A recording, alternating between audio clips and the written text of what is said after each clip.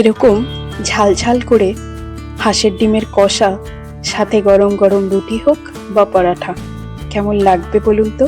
দারুণ লাগবে না? আজকে রান্নার নতুন রসায়নের পেজে হাঁসের ডিমের কষা রেসিপিটি আপনাদের সকলের সাথে শেয়ার করতে চাই।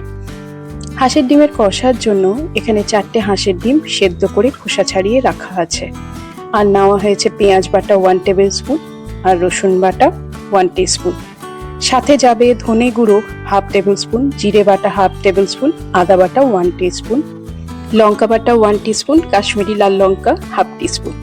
আর নেওয়া হয়েছে একটা মাঝারি সাইজের পেঁয়াজ, কিউব করে কাটা আছে, টক দই 2 টেবিল স্পুন, আর লাগবে গোটা গরম মশলা। এখন সেদ্ধ করে রাখা যে হাঁসের ডিম, তাকে একটু গাটা চিড়ে নেওয়া হচ্ছে। এবার কড়াইয়ে সর্ষের তেল দেব 3 চামচ মতন, তাতে একটু নুন দিয়ে নেব, যে যখন সেদ্ধ ডিমটা ছাড়বো যাতে না ছেটে তেল, সেই জন্যই নুনটা দিলাম। আর হাঁসের ডিমের গাটা এই জন্যই চিড়ে দিলাম যাতে মশলাগুলো ভালো করে ভেতরে ঢোকে। দেখুন হালকা করে ভেজে তুলে রাখা হয়েছে।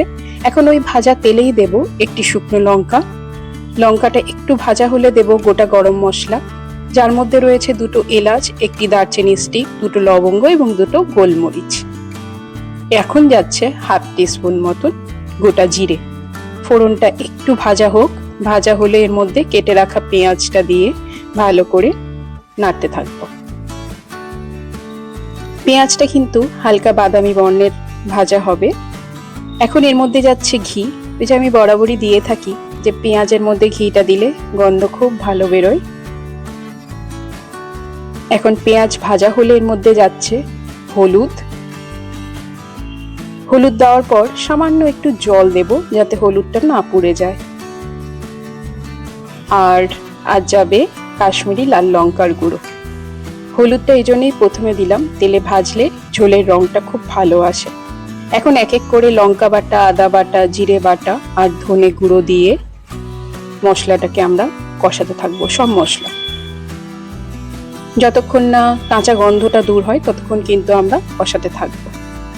দেখুন কষানো হয়ে গেছে। এখন যাবে নুন, পেঁয়াজ বাটা, রসুন বাটা, পেঁয়াজ বাটা রসুন বাটা ভালো করে দিয়ে কষাতে থাকবো যাতে কাঁচা গন্ধটা চলে যায়। এখন দেখুন আমাদের পেঁয়াজ রসুন ভাজা কিন্তু হয়ে গেছে। এখন যাবে স্বাদের ব্যালেন্সের জন্য 1/4 টিস্পুন চিনি, আর যাবে ফ্যাটানো টক দই। দই দেওয়ার পর ভালো করে মশলা আবারও কষাতে থাকতে হবে, আর মিডিয়াম আঁচে কিন্তু মশলা আমরা কষাবো। দেখুন দই দেওয়ার পর খুব সুন্দর মশলা থেকে কিন্তু তেল গড়িয়ে এসছে। ঢাকা দিয়ে কিছুক্ষণ মশলাটাকে আমরা কিন্তু কষাতে থাকবো। মশলা খুব সুন্দর কষে এলে এর মধ্যে দেবো 100 ml মতন গরম জল। যেহেতু ডিম কষা করব, তাই জলটা কিন্তু পরিমাণ বুঝেই দিতে হবে।